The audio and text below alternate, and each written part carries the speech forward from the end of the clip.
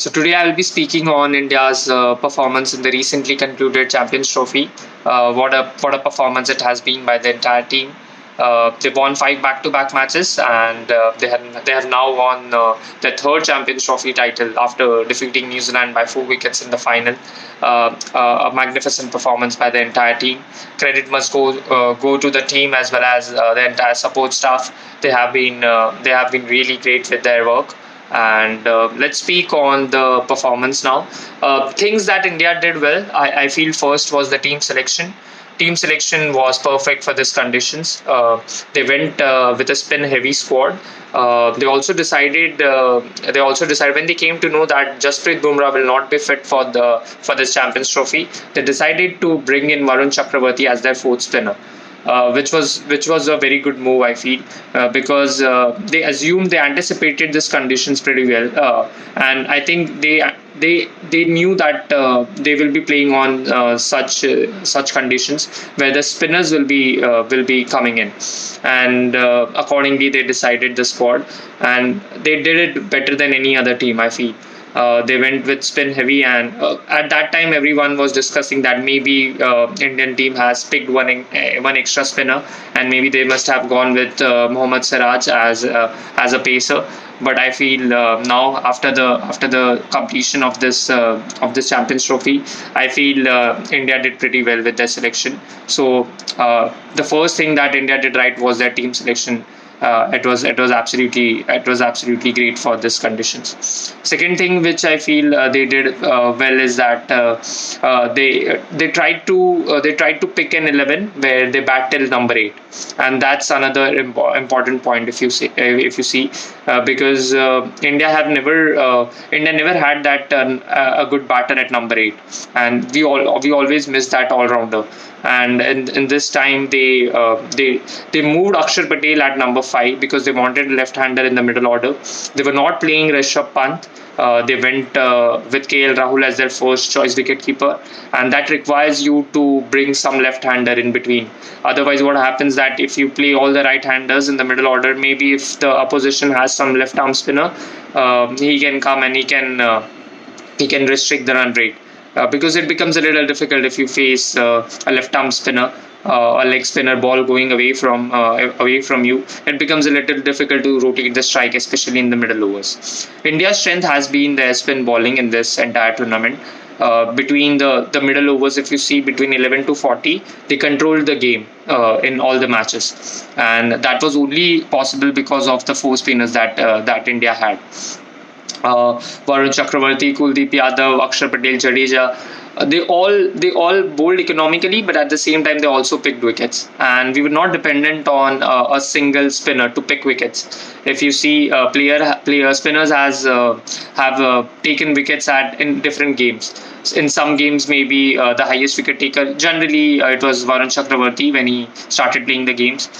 He was absolutely brilliant, and I feel he was an X factor in this team for India. Nobody actually was able to pick him, and it becomes very difficult if you aren't able to pick a spinner from his hand. It becomes very difficult to then judge where the ball will be turning after pitching. You generally become very late. You generally are very late to, and then it becomes really difficult to rotate strike. Maybe if you're playing Test cricket, it is not that difficult because there's no pressure of that of the run rate. But if you're playing white ball cricket and if you're not able to pick a spinner, it is going to be difficult, because if that pressure comes of run rate, and then when you try to play a big shot, you generally don't calculate it well. You play some rash shot and then you get out. So that was happening in this entire tournament, if you see, and that's the reason why Varun Chakravarti was successful. He was the highest wicket taker for the Indian team. He took 9 wickets, and his average was around 15. So that's really great. Even Mohammad Shami, if you see, he was really great with his bowling. We were missing Jasprit Bumrah. We didn't had Jasprit Bumrah. He was our spearhead in bowling, and we never felt that we missed Bumrah because Shami stepped in. India also had the luxury of Hardik Pandya, which is I don't think so any team has a good fast bowling all rounder like India has in Hardik Pandya. He bowled with the new ball. He also came at the death whenever required. So he batted well at the lower middle order. So I think India had that luxury of having different players who can bat and bowl at the same time. Our team selection was good, and all the players chipped in whenever required. So I think the second thing was the main things that India did right were that they batted till number 8. Their team selection was good, and different players chipped in at different stages. We were not dependent on a single player or a couple of players. Generally, we are always dependent on the likes of Virat Kohli, Rohit Sharma, Bumrah. But in this tournament, if you see, players have chipped in different games at different stages when they were put under pressure, and that's how you can win a championship. Otherwise, if you're dependent, earlier we used to be dependent on the experienced players, and we used to lose the knockout matches like semi-final or final. But in this tournament, it has been a complete team performance. Everyone has chipped in. The standout performer for me has been Shreyas Iyer. Because at number India always used to struggle at number 4, because they never usually got a good player at number 4, and they were also always searching for that good middle order batter at number 4. And I think Shreyas Iyer has done really well in this tournament. We hardly give credit to him. I feel he's an underrated player. But his performance every time, if you see, whenever India lost early wickets, Shreyas Iyer was the man who helped build a partnership and took India out of that difficult stage. So I feel Shreyas Iyer has been phenomenal. He has been the highest run scorer for India in this trophy. So generally, Virat Kohli